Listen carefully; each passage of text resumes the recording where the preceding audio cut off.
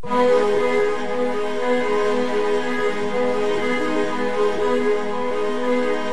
terkenal dengan nilai sejarahnya, Keraton Kasepuhan menyimpan banyak cerita misteri. Tak hanya keraton, makam Sultan Gunung Jati juga dikait-kaitkan dengan hal-hal berbau magis. Banyak peziarah yang datang untuk mendapatkan azimat. Benarkah azimat dan air ketujuh sumur yang berada di kawasan makam Sunan Gunung Jati membawa khasiat tersendiri bagi pengunjungnya?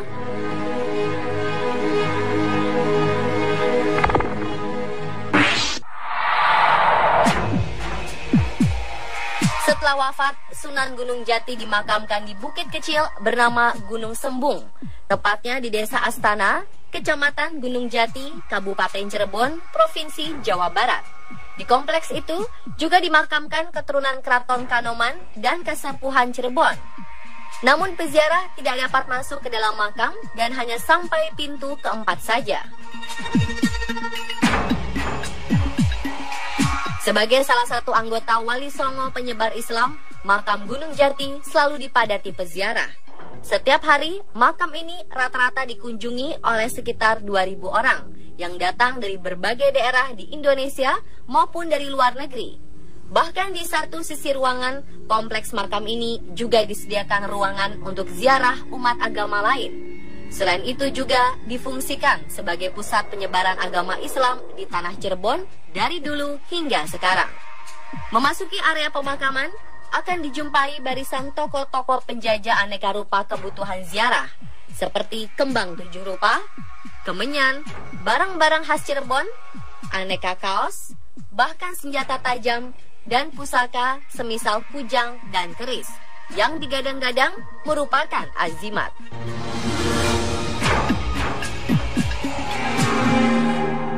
Sebagai oleh-oleh untuk peziarah, abdi dalam Astana Sunan Gunung Jati menyediakan beberapa jenis azimat bagi para peziarah. Di antaranya, bungkusan padi, minyak wangi, dan gumpalan tanah keramat sebesar biji salak. Fungsinya macam-macam. Konon, biji padi itu dipercaya mengandung barokah. Bila dicampur dengan biji padi di rumah, maka hasilnya akan berlimpah. Sementara minyak wangi sebagai daya pikat, bila dioleskan maka akan nampak menawan dan rupawan. Lalu apa khasiat gumpalan tanah keramat? Tanah ini diambil dari bumi Cirebon yang sudah diberi asma tertentu. Barokahnya dipercaya bisa menyembuhkan penyakit perut dan sebagai tolak bala di rumah, termasuk penangkal serangan makhluk halus atau jin jahat. Karena kita berkunjung sini minta berkahnya, karomahnya beliau dari Kanjeng Sunan Gunung Jati. Dan kalau merupakan barang-barang tersebut, itu sih hanya salah satu cindera matanya, karomahnya Sunan Gunung Jati. Kalau bahasa Cirebon sini sih, jimat tuh ya salah satunya cindera mata keramat gitu. Artinya begitu. Kalau pengertian dari orang umum itu mungkin apa ya, pusaka mungkin kalau jimat ya. Jadi kalau orang Jepang boleh dikatakan jimat itu salah satunya benda keramat.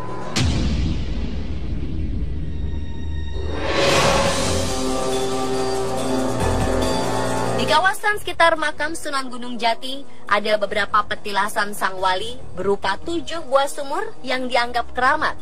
Bahkan sampai sekarang, ketujuh sumur yang menyimpan berbagai misteri ini masih didatangi peziarah dari berbagai tempat. Ada yang menggunakannya untuk mandi, membasuh muka, atau meminum airnya untuk suatu tujuan tertentu.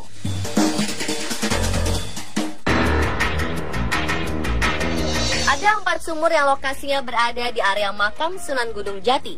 Di antaranya, Sumur Kanoman, yang berarti sumur muda. Sumur Kanoman ternyata sering didatangi orang yang ingin mendapat berkah kesehatan, baik jasmani dan rohani, serta awet muda. Kemudian Sumur Kasepuhan, berasal dari kata sepuh bermakna tua. Sumur Kasepuhan ini sering didatangi orang yang menghendaki berkah mulia dan dewasa. Selain itu juga meminta berkah jabatan, kepemimpinan, dan karisma. Berikutnya Sumur Jati. Secara filosofis, jati bermakna sejati. Sumur ini memiliki makna bahwa kita harus selalu menjunjung tinggi ajaran-ajaran syariat agama Islam dan mengamalkannya di dalam kehidupan sehari-hari dan meminta sesuatu hanya kepada Allah Subhanahu wa Ta'ala, Zat yang sejati. Sumur kemuliaan yang lokasinya berada di Masjid Dok, Pasambangan, Jumeneng, Ingratu.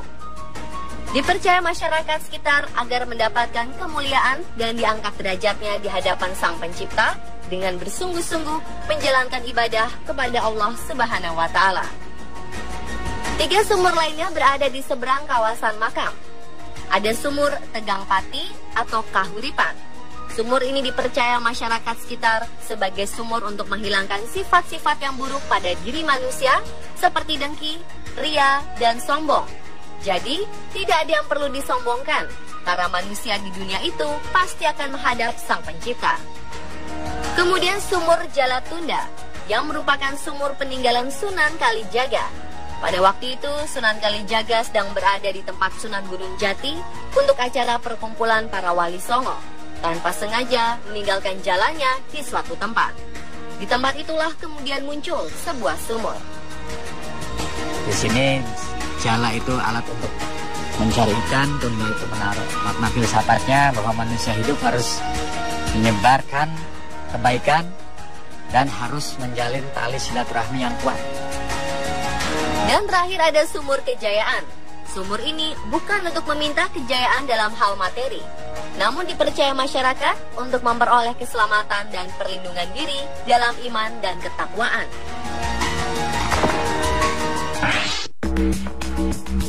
Lain halnya dengan Taman Sari Gua Sunyaragi atau lebih dikenal Istana Karang. Ada banyak cerita menarik di sini. Dari bangunannya yang konon dibangun dari batu karang hingga pintu yang konon tembus ke Mekah dan Cina. Yang mengherankan adalah bangunan ini disusun menggunakan batu-batu karang. Akan tetapi di Cirebon tidak ada daerah yang memiliki batu karang.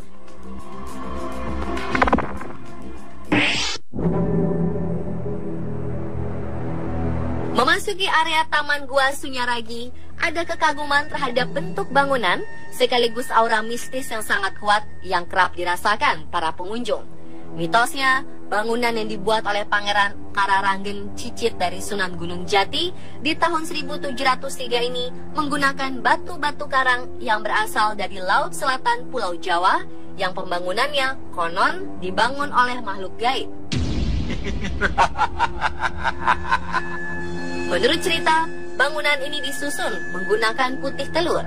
Bentuknya yang unik, disusun menyerupai megamendung, kepala barong, gajah, dan ada juga menyerupai tengkorak yang digunakan untuk mengintai. Sunyaragi sendiri merupakan gabungan 2 nama. Sunya berarti sepi dan ragi berarti raga. Maksudnya tempat menyepikan raga. Pangeran Kararanggen saat itu membangun Taman Sari Gua Sunyaragi sebagai tempat beristirahat dan pertapaan keluarga Kesultanan Cirebon, sekaligus tempat penggemblengan tentara Kesultanan Cirebon dahulu kala. Sejatinya, Gua Sunyaragi juga digunakan sebagai benteng pertahanan kala itu. Istana Karang ini memiliki 10 gua yang dipakai untuk bersemedi. Masing-masing nama guanya yakni Gua Pengawal, Pandai Kemasan, Simanyang, Peteng, Langse, Arga Jumut, Padang Ati, Kelangenan, Lawa, dan Gua Pawon. Gua-gua tersebut pun kadang digunakan sebagai tempat berlatih untuk para prajurit Kesultanan Cirebon. Ada kisah magis yang terkenal di kawasan Gua Sunyaragi ini. Terdapat 2 ruangan kecil yang terbuat dari batu bata dan disebut sebagai pintu. Letaknya ada di bagian belakang dari pintu masuk Taman Sari Gua Sunyaragi. Ruangannya kecil, hanya muat untuk 1 orang dan tak ada yang istimewa. Namun mitosnya, 2 ruangan itu diyakini bisa tembus ke Mekah di Arab dan Cina.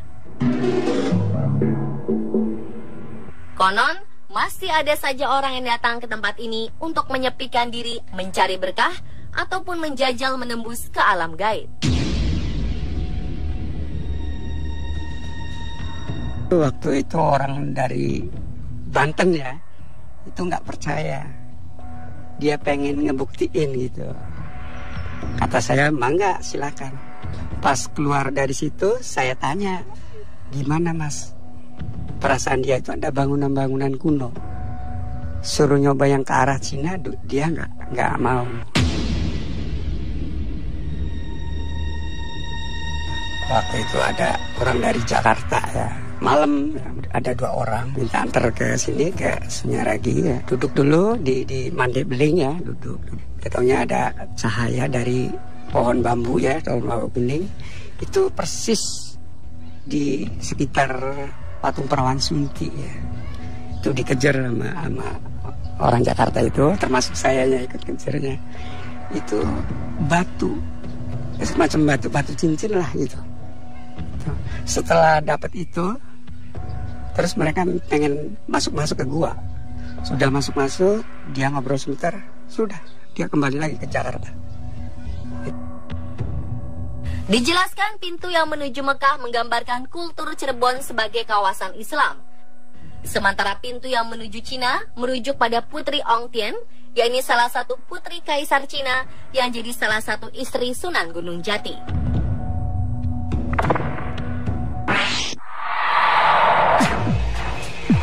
Dalam satu kompleks gua terdapat 2 mitos lainnya yang saling berseberangan. Mitos pertama, siapapun yang masuk ke gua Kelanggengan akan enteng jodoh dan dipercaya akan langgeng terus cintanya sampai janur kuning melambai. Mitos kedua berada di Gua Peteng. Tepat di depan pintu masuknya terdapat patung batu yang disebut Perawan Sunti. Konon, siapa saja yang memegang batu ini maka akan mengalami sulit jodoh.